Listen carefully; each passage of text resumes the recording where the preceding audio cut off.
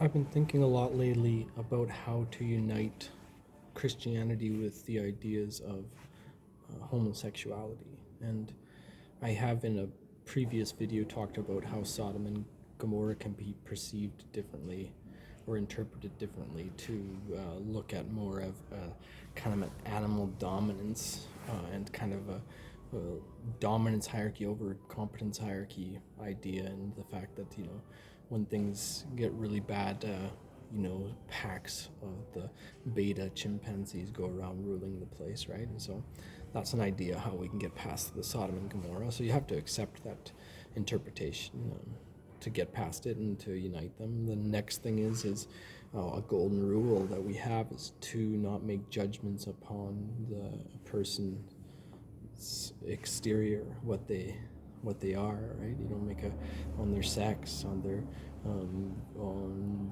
you just don't make judgments saying it's right or wrong based on what they are, their character. They don't judge a book by its cover, right? That's just a classic rule. So for us to judge all homosexual relationships as pathological is not okay.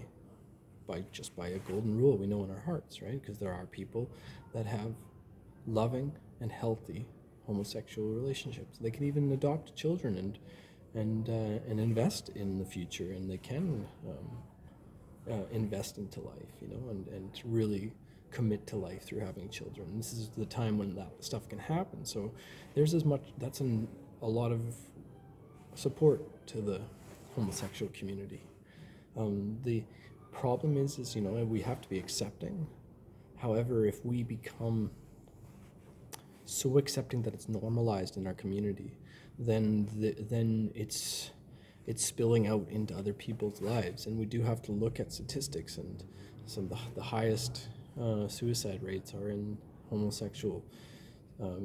Drugs, the highest drugs and STDs. Like there is a culture of pain and nihilism, and it is expected because they're not built in that relationship to invest into the future. They're not built with the parts to make that. And we should point people towards a natural path. You know what I mean? And I think anybody should do what they want to do. However, as soon as we start normalizing it to the point where little kids are talking about homosexuality, how would keep what you do in your bedroom, and we'll keep what we do in our bedroom, right? And don't normalize it around kids. It shouldn't be talked around in school. It shouldn't be normalized. And I guess the question is what is normalized? Well, as I was talking at the beginning of this, I was talking about uniting the church with an idea of non-sinful homosexuality, right? And it's just an idea of that, right? And I'm parked my truck up Hill Nelson, and there's the church, and it has 3, maybe 4 flags that one represents. We got the rainbow flag built right on it. Like there's more flags pointing at homosexuality and transgenderism than anything to do with the church. And then this is when I realized is a lot of church have been taken over, right?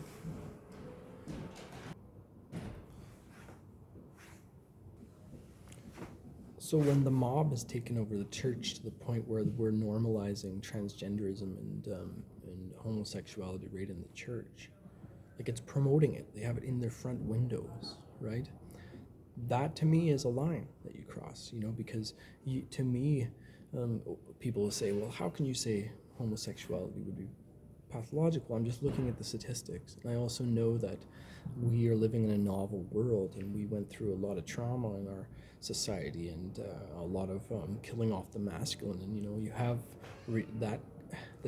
what happened in the 90s and even in the 80s of the killing of the masculine is going to cause social and environmental reasons why we end up the way we are, right? And anyone that thinks that it's all blood and you're going to believe in that also is something about racism. What do you mean racism? We're talking about sexual orientation. Well, no, when we have to, if we're going to subscribe to an idea that there is 2 main factors that why a person ends up being who they are. There's the genetic, but there's also social and environmental causes, right? What if you subscribe that it's all genetic, why certain people are the way they are, that leads to dark roads, right? And that's what eugenics belief is around, and other racist ideas, right? Is that certain races and certain bloodlines are lesser or higher than others, right? Well, I'm more a believer in cultural lineage, right? And so we want to pass on cultural lineage, like a healthy cultural lineage, which would be a one that's natural, that fractals on our species. If we're passing down cultural lineage that is more natural and traditional, that we, 99% of time we've followed, then we would, know how important it is to continue life forward, right?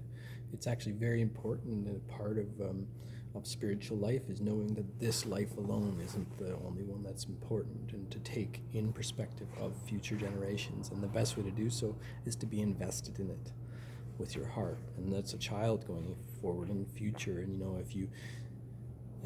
if we allow children to start talking about these ideas and forming their mind around these ideas, what path are we taking them down? So I'm not a supporter of these flags being hung up in schools and in churches, and to me this can be a form of indoctrination. I understand that most people are like, no, we need to be accepting of these people. Yes, accepting. However, do not promote this lifestyle, is my opinion, right? The Bible teaches about tolerance. There's a difference between tolerating something because it doesn't pollute your waters, than just tolerating something that will pollute your waters and end up causing pathogens in the future. A lot of people say is, just leave them alone, let everyone be as they want to be. Well, there's no virtue in that. We need to start making judgments in our communities, right? What is good? What is bad? What are we doing to our children by allowing these kind of things to happen? You know what? If parents aren't going to speak up for their children, if the priests in this church aren't going to speak up for the children, then I'll speak up for them, because they don't have a voice. They don't even know what they're being subjected to. I'm assuming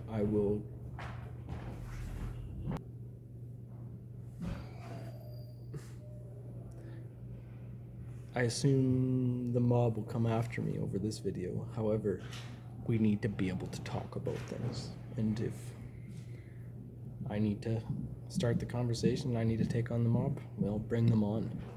And if they think I'm off base, tell me why. Much love.